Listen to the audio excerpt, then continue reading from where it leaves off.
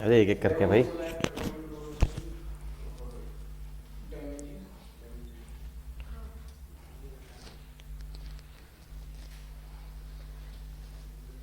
पहला क्या था, रॉन्गफुल एक्ट या फिर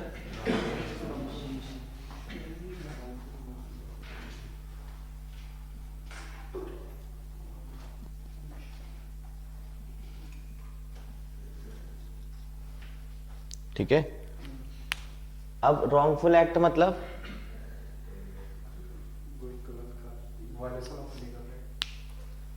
रॉन्गफुल एक्ट मतलब जो भी एक रीजनेबल आदमी काम नहीं करता, जो हम एक्सपेक्ट करते हैं कि कोई रीजनेबल आदमी ऐसा काम नहीं करेगा, दैट इज रॉन्गफुल एक्ट, है ना।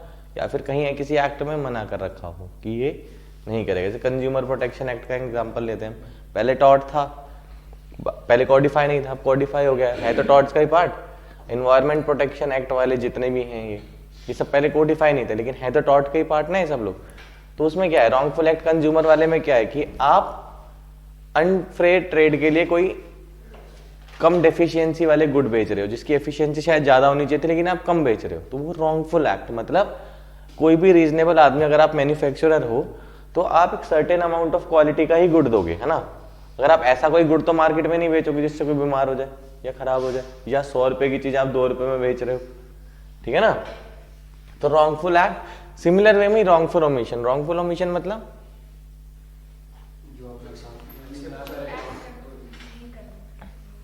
रॉन्गफुल ओमिशन मतलब आपकी ड्यूटी थी, आपको ये काम करना था बट आपने वो काम किया नहीं। इसका एग्जांपल जैसे कि मैं मान लो सेफ गार्ड हूं स्विमिंग पूल वाला, ठीक है ना, होते हैं ना वहां पे, उनकी क्या ड्यूटी होती है, अगर कोई डूब रहा हो तो बचाना है, ठीक है ना। बट उसने इस काम को ओमिट कर दिया, डूब रहा था डूबने दिया, ठीक है। अगर वही सेम चीज मेरे सामने कोई डूब रहा है, चाहे मुझे तैरना आता है, तो क्या अगर मैं नहीं बचाऊं तो क्या मेरे ऊपर कोई चार्ज लगेगा? क्यों? ड्यूटी नहीं है। मतलब ड्यूटी है, पर कौन सी ड्यूटी है? मॉरल ड्यूटी है, but that is not a legal duty. और अनटिल अनलेस लीगल ड्यूटी नहीं होगी, मेरी कोई जिम्मेदारी भी नहीं, ठीक है ना। समझ में आया? तो रॉन्गफुल एक्ट और रॉन्गफुल ओमिशन। इसके बाद वायलेशन ऑफ,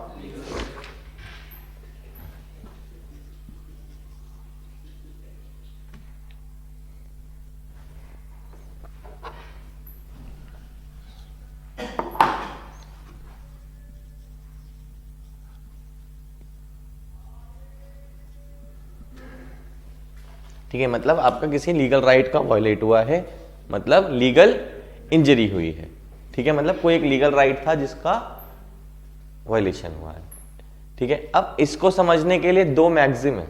मैक्सिम क्या होती है? क्या? मुहावरे टाइप्स, लैटिन वर्ड्स होते हैं जिनको, मतलब हमने जो लॉ लिया है बेसिकली वो कॉमन लॉ से लिया है, ठीक है। तो उनका एक अलग टर्मिनोलॉजी चलती थी, तो उसी को मैक्सिम बोला जाता है। तो दो मैक्सिम है, कौन कौन सी?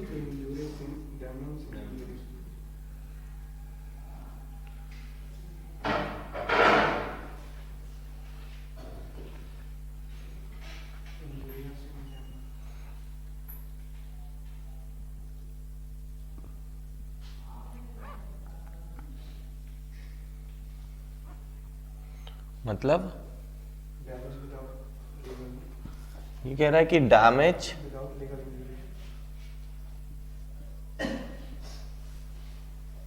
विदाउट इंजरी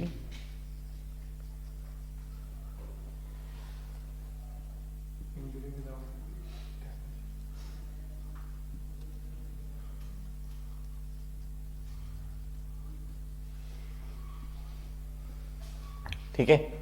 ये कह रहा है इंजरी विदाउट डैमेज, और एक कह रहा है डैमेज विदाउट इंजरी। ये इंजरी कौन सी वाली है? इसमें भी और, ठीक है। दो मैक्सिम है।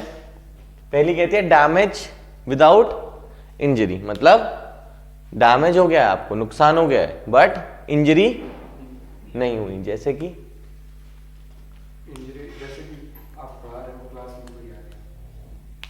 मेरा इंस्टीट्यूट है ना, एक और इंस्टीट्यूट खुल गया, मेरा प्रॉफिट मार्जिन कम हो गया, मेरे को तो डैमेज हो गया ना, क्या केस कर दूं उसके ऊपर? क्या टॉर्ट कर दिया तूने?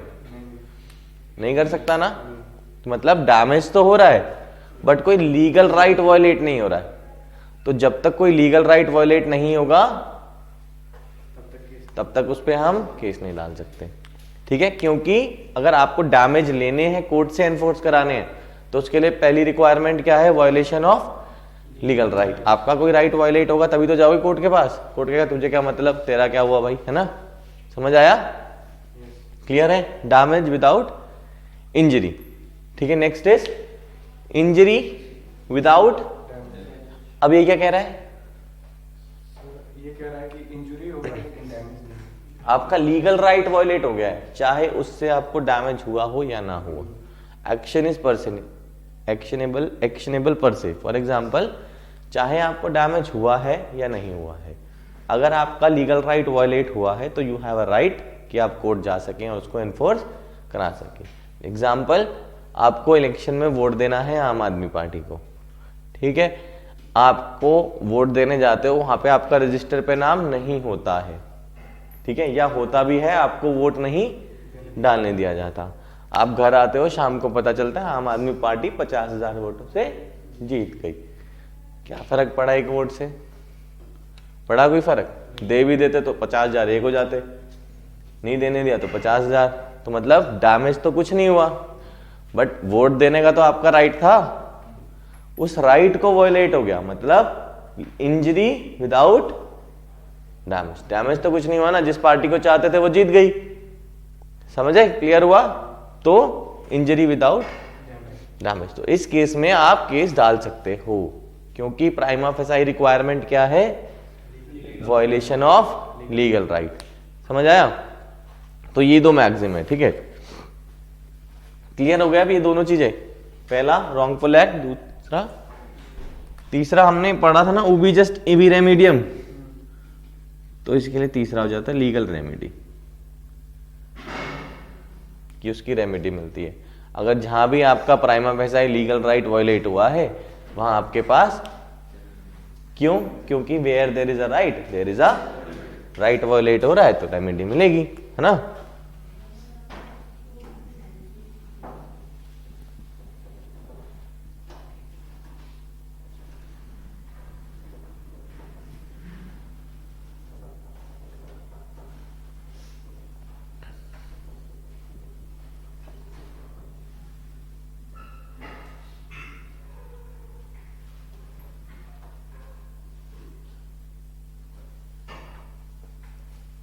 ठीक है, समझ में आया?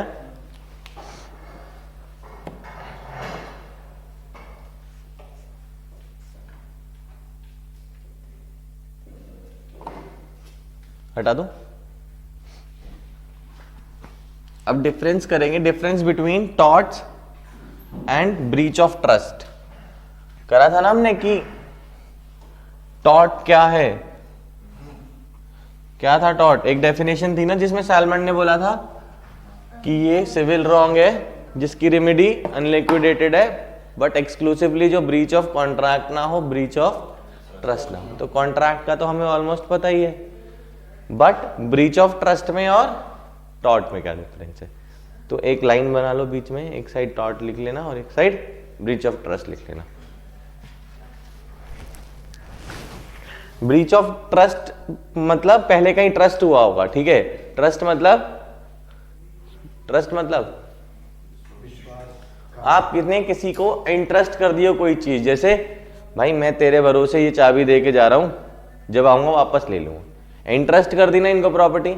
अब ये क्या कर रहे हैं, उसमें से सामान निकाल लिया या उसको खुद ही यूज करने लग गए। जैसे मैं गाड़ी दे के गया, यार मैं जा रहा हूं, मेरे यहाँ पार्किंग की दिक्कत है, तू रख ले अपने पास, आप ही चलाए जा रहे हो उसे, ठीक है ना। तो ये ब्रीच ऑफ ट्रस्ट कि मतलब जिस चीज के लिए दी थी उस चीज के लिए आप इस्तेमाल नहीं कर रहे हो। अगर ये आप उसको ऑफेंस के लिए यूज करते हो तो ये क्रिमिनल ऑफेंस बन जाता है आईपीसी में, criminal breach of trust. But अगर आपकी इंटेंशन ऑफेंस की नहीं है तो फिर ये सिविल रॉन्ग है, ठीक है। बट टॉर्ट नहीं, ठीक है। तो टॉर्ट वाले में लिखो, it results from the breach It results from the breach of such duties.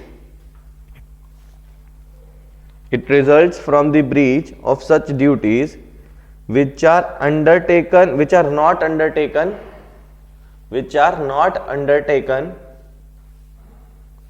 by the parties themselves, which are not undertaken by the parties themselves,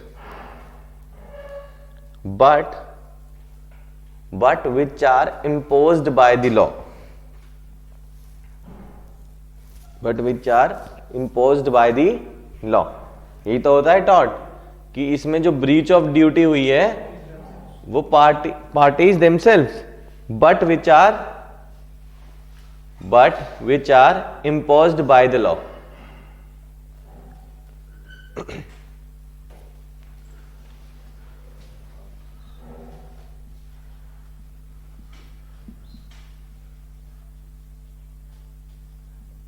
क्या पढ़ा था हमने टॉट में कि इसमें जो आपकी ड्यूटीज हैं वो कौन करता है, कौन देता है, कहां से मिली है कि ये ड्यूटी फुलफिल आपको करनी है?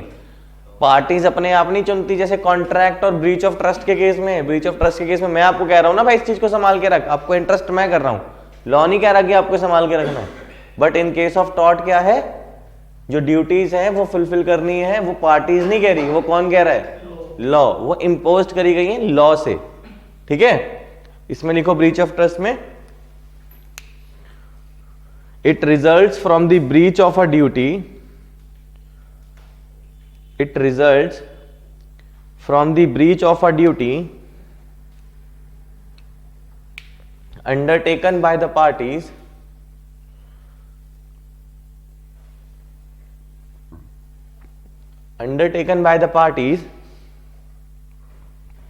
themselves and made with their free consent,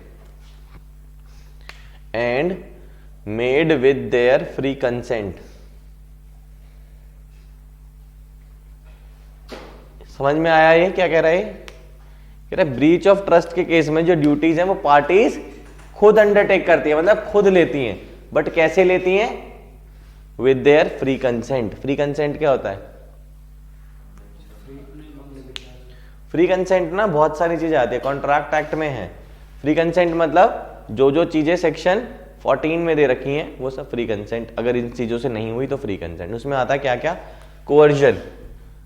coercion मतलब डरा धमका के ना लिया हो, अनड्यू इन्फ्लुएंस, किसी के इन्फ्लुएंस में आके ना लिया हो, ठीक है, फ्रॉड से ना लिया गया हो, उससे मिसरिप्रेजेंटेशन से ना लिया गया हो,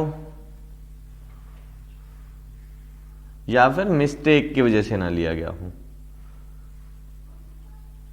इन सिंपल सेंस उसकी मर्जी से लिया गया हो, ना उसके साथ फ्रॉड किया गया हो, ना मिसरिप्रेजेंट किया गया हो, ना ही मिस्टेक से हो। अगर ऐसा कोई ड्यूटी इन दोनों ने आपस में मिलकर करी है तो फिर वो ब्रीच ऑफ ट्रस्ट में आएगी। But in case of taught वो ड्यूटी कहां से आई? लॉ से, ठीक है। सेकंड पॉइंट टॉट्स का,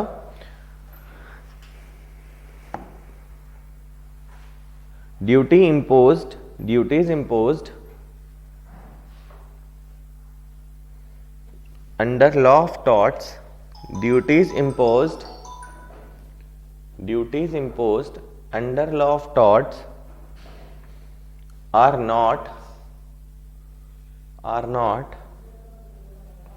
towards any specific person,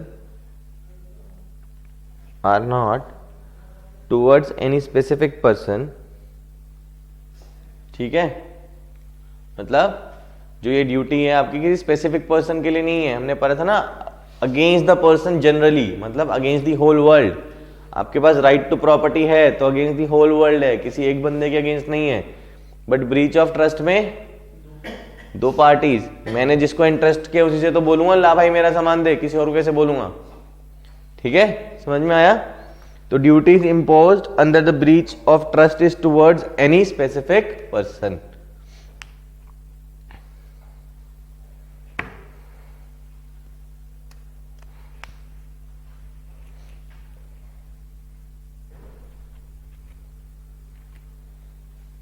ठीक है, तीसरा लिखो, breach of trust is towards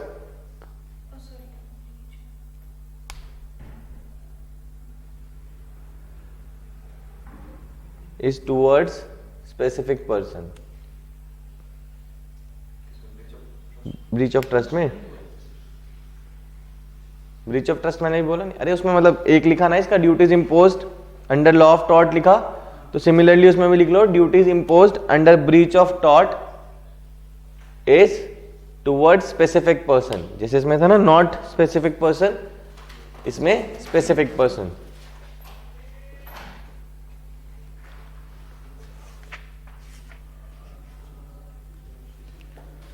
tort में डैमेजेस कैसे होते हैं? अनलिक्विडेटेड. तो लिखो law of damages in torts are unliquidated. Breach of trust में डैमेजेस लिक्विडेटेड होते हैं. जितने की प्रॉपर्टी एंड ट्रस्ट कराई है उतने का ही तो हो सकता है, डिटर्मिनेबल है. ठीक है.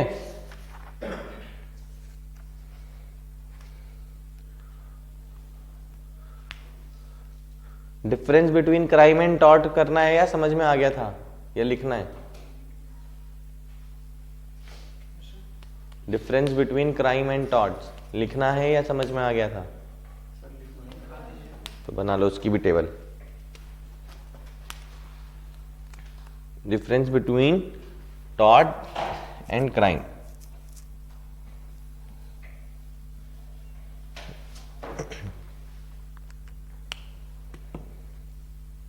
टॉर्ट्स में लिखो tort is a private wrong. Tort is a private wrong that is पता ना कैसे लिखते हैं? कैसे लिखते हैं? I dot. ठीक है. Tort is a private wrong that is infringement of civil right, that is infringement of civil right of an individual. यही तो है ना tort. क्या है? प्राइवेट रॉन्ग है जिसमें कि आप किसी इंडिविजुअल का सिविल राइट वायलेट करते हो. ठीक है. क्राइम क्या है? It is a public wrong, it is a public wrong, it is a public wrong that is violation or breach of violation or breach of violation or breach of rights and duties, breach of rights and duties, rights and duties which affect the community as a whole, which affect the community as a whole, against the whole. वो society होता है ना ये offence.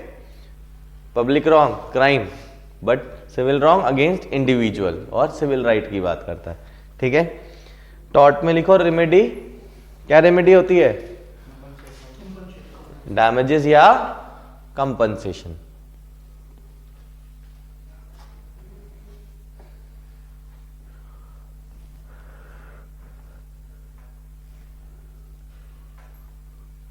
Crime की remedy punishment comma fine comma both. या तो punishment imprisonment हो सकती है, या फिर फाइन लग सकता है, या फिर दोनों हो सकता है. ठीक है. थर्ड लिखो सूट इज फाइल्ड.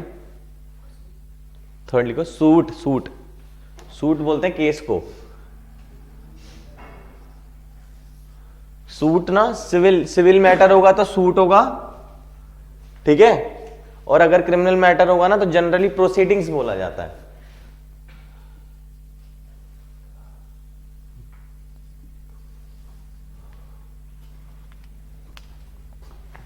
ठीक है. Suit is filed by the injured party और एग्रीव्ड पार्टी.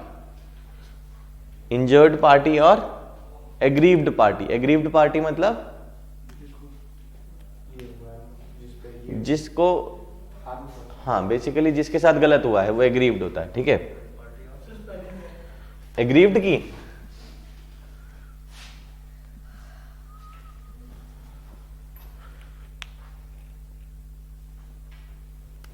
फिर भी एक ई और आएगा, एग्रीव्ड पार्टी, ठीक है। बट क्रिमिनल केसेस में case is filed in the name of state. Fourth लिखो,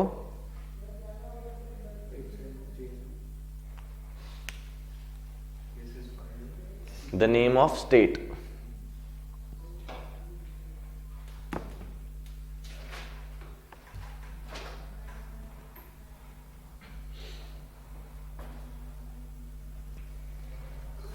फोर्थ लिखो, suit can be withdrawn, suit can be withdrawn at any time, suit can be withdrawn any time and compromise can be done, and compromise can be done with the wrongdoer,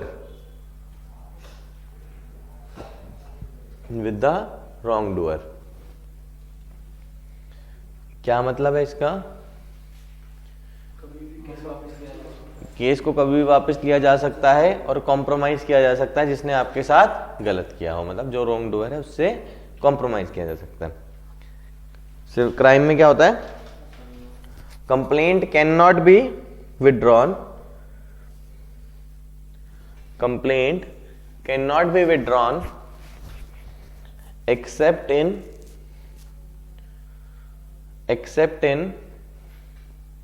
certain circumstances,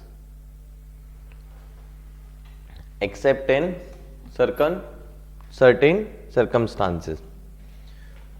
generally crime में क्या होता है कि एक बार case डल गया ना तो वापस नहीं होता है, बट कुछ सर्कमस्टांसेस हैं जो छोटे मोटे ऑफेंसेस होते हैं, उन केसेस में क्या होता है कि वो विड्रॉल हो जाता है, ठीक है, या कॉम्प्रोमाइज हो जाता है, जिनको हम कंपाउंडेबल केसेस बोलते हैं, जो कंपाउंड किए जा सकते हैं, ठीक है। फिफ्थ पे आओ, टॉर्ट कैसा लॉ है? कोडिफाइड या uncodified? Uncodified, uncodified law.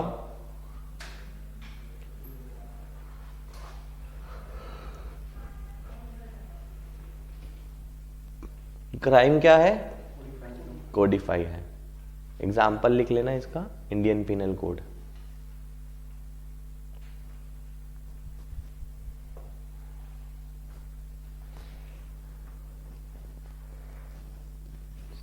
Sixth लिखो, सिविल में लिखना, वो टॉर्ट्स में, intention is important, intention is important but not in all the cases, intention is important but not in all the cases।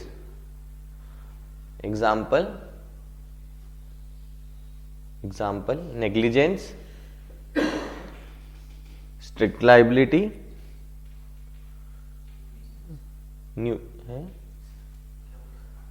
negligence, strict liability, etc। Crime में intention is the crux of the offense, intention is the crux of the offense।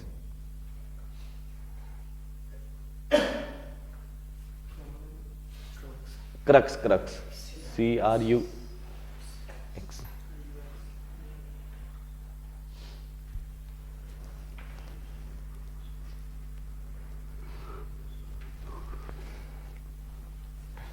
देखो, अब crime के case में क्या होता है कि ना, मेन दो चीजें होती हैं, दो टर्म के बारे में आपने सुना होगा, एक होता है मेंस रिया, एक होता है एक्टस रियस। मेंस रिया मतलब मैलाफाइड इंटेंशन, तो क्राइम के लिए मैलाफाइड इंटेंशन बहुत जरूरी है, ठीक है, मेंस रिया बहुत जरूरी है। बट सिविल केसेस में या टॉर्ट के केसेस में इसको दो पार्ट में बांट दिया है। कौन सा? जहां पे मतलब इंटेंशन रेलिवेंट हो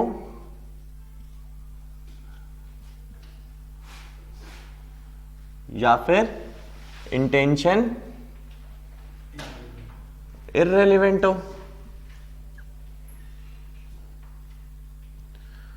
ठीक है ना, ये टॉर्ट्स के केसेस में, या फिर कोई भी सिविल होगा।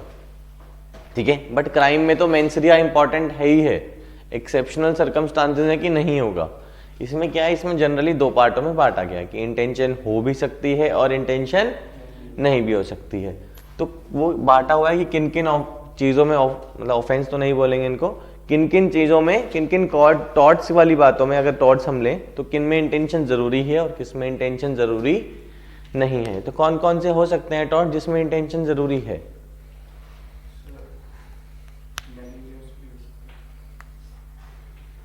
नेग्लिजेंस और वाइकेरियस लायबिलिटी में नहीं चाहिए होती, न्यूसेंस में चाहिए होती है। और क्या चीज? थेफ्ट। थेफ्ट कब से डॉट हो गया? ट्रेसपास,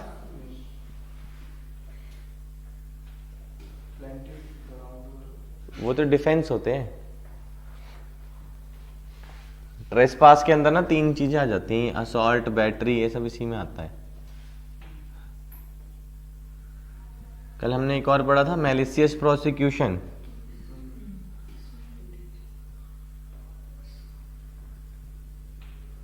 इंटेंशन रेलिवेंट मतलब समझ रहे हो कि क्या मतलब है इसका इंटेंशन रेलिवेंट का?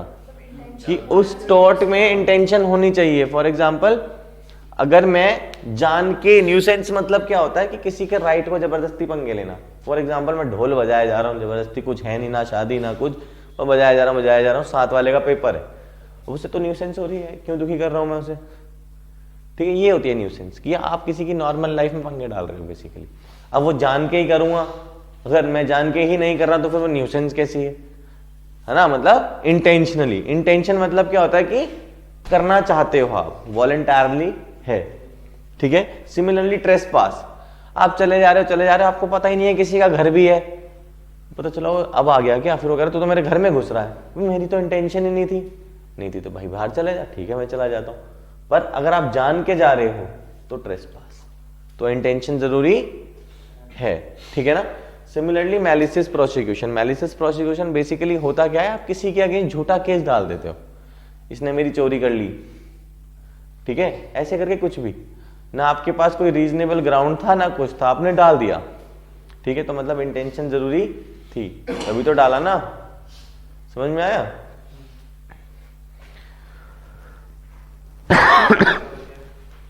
है मैलिशियस प्रोसिक्यूशन।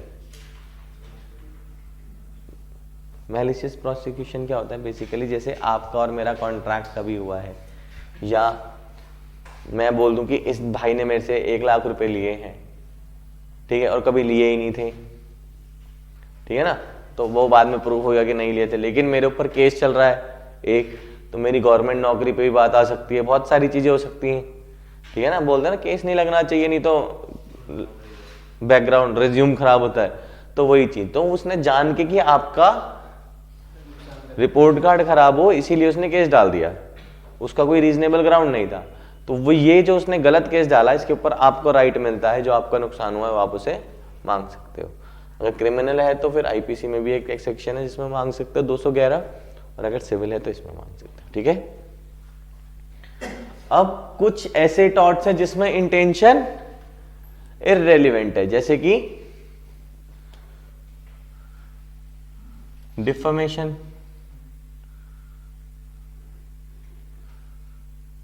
स्ट्रिक्ट लायबिलिटी,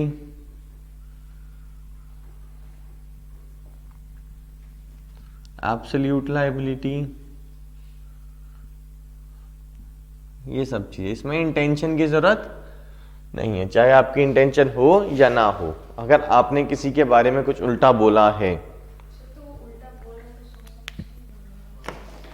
कभी कभार नहीं भी बोलते, बिना सोचे समझे भी दुनिया बोल देती है, मतलब मेरी इंटेंशन उसको डिफेम करने की नहीं है, बट मैं वैसी चीजें बोल रहा हूं जो शायद उसको गलत लग जाए। अब गलत बोला है जिससे उसका नुकसान हुआ है, तो जैसे मेरे को उसने बोल दिया यार तुझे नहीं पता उसके वो तो चोर है, अब मुझे क्या पता वो है कि नहीं है, ओए तू तो चोर है। मेरी इंटेंशन थोड़ी थी उससे पंगे लेने की या उसको डिफेम करने की, मुझे तो जो लगा सही लगा था। नर्वस शॉक जो होता है वो किसमें नर्वस शॉक? नर्वस शॉक तो बेसिकली उसमें भी इंटेंशन की जरूरत नहीं होती है। इसमें तो इंटेंशन क्या रहता है? जैसे वो जानबूझ के छोड़ दिया घोड़ा है तो उसे जानबूझ के छोड़ दिया तो फिर तो क्राइम में आ जाता है कि आप उसको नुकसान पहुंचाना चाहते हो, है ना, तो फिर वो तो उसमें आ जाएगा। ठीक है, समझ में आया कि इंटेंशन कुछ केसेस में होती है और कुछ केसेस में इंटेंशन की जरूरत नहीं होती है। सर जैसे एक बार सर एग्जांपल दिए थे कि जैसे कोई मतलब एक खेत है और मेरा खेत है और उसमें जो है ना हम एक बोर्ड डाल दिए हैं, क्या डाल दियो? एक बोर्ड डाल दिए जिसमें हमें जाना है और उसमें एक हम मेरा बैल है, तो वो बैल किसी को उसके के रास्ता कोई जा रहा है किसी को बैल मार दिया तो फ्रॉड होगा क्या? नहीं, वो तो फिर तीसरा बंदा जब जान के आपके एरिया में आया ना तो वो नहीं होगा। ठीक है, अभी इतना समझ में आया इंटेंशन कहां कहां जरूरी है और कहां कहां जरूरी नहीं है। ठीक है, अब हम करते हैं टॉर्च। समझ में आ गया ना बेसिकली होता क्या है। अब टॉर्च के कुछ डिफेंसेस हैं। डिफेंसेस मतलब आप क्लेम कर सकते हो, पहले मेरा काम है मैं प्रूफ करूं कि इसने टॉर्ट किया है, कोर्ट दूसरे को भी तो बुलाएगा, भाई तू बता दे तेरा क्या सीन है ना।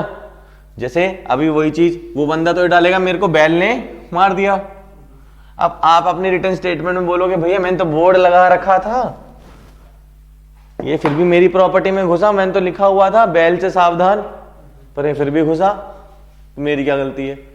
तो मतलब डिफेंस मिल गया अब उसे। तो ऐसे कुछ डिफेंसेस होते हैं। तो डिफेंसेस दो तरीके के होते हैं, एक होते हैं जनरल डिफेंसेस, एक होते हैं स्पेसिफिक डिफेंस। जनरल डिफेंस मतलब जो सारे टॉर्ट्स पे लगते हैं, ठीक है। स्पेसिफिक डिफेंस मतलब जो कुछ कुछ टॉर्ट पे लगते हैं, जैसे डिफेमेशन है, डिफेमेशन का डिफेंस है ट्रुथ। अगर आप किसी के बारे में सच बोल रहे हो, अगर मैं बोलूं कि पी चिदम्बरम के अगेंस्ट तो प्रोसीडिंग चल रही है, भाई डिफेमेशन थोड़ी है, चल रही है ना, मतलब जो चीज सच है, ठीक है, या ट्रुथ है, तो वो डिफेमेशन नहीं, उसके लिए कभी डिफेमेशन नहीं लगता। लेकिन वो डिफेंस किसका है? सिर्फ डिफेमेशन का, वो सबका नहीं है। तो मतलब स्पेसिफिक डिफेंसेस कौन से होते हैं? जो पर्टिकुलर टॉर्ट या क्राइम पे लगते हैं। क्राइम में भी ऐसे स्पेशल डिफेंसेस, स्पेसिफिक डिफेंसेस हैं, सिमिलरली टॉर्ट में भी स्पेसिफिक डिफेंसेस हैं। तो अभी हम बात करते हैं जनरल डिफेंसेस की, ठीक है। समझ में आ गया ना स्पेसिफिक डिफेंस कौन से क्या होते हैं और बेसिकली जनरल डिफेंस कौन से होते हैं। जनरल डिफेंस मतलब जो सब पे लगेंगे, ठीक है, बट कुछ ऐसे होते हैं जो सिर्फ स्पेसिफिक केसेस पे लगते हैं, जैसे डिफेमेशन के थोड़े से हैं, ठीक है, नेग्लिजेंस के भी हैं, वॉलेंटरी नॉन फिट इंजूरिया का भी एक अलग है, ठीक है। तो करते हैं हम जनरल डिफेंसेस कौन कौन से होते हैं।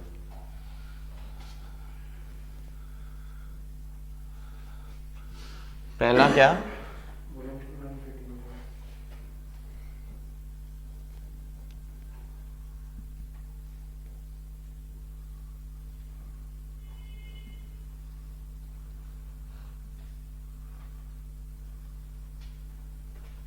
और पता है कोई?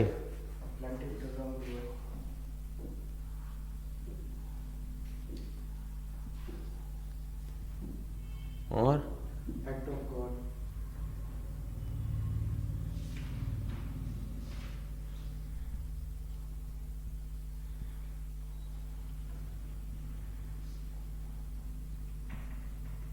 और इनएविटेबल एक्सीडेंट,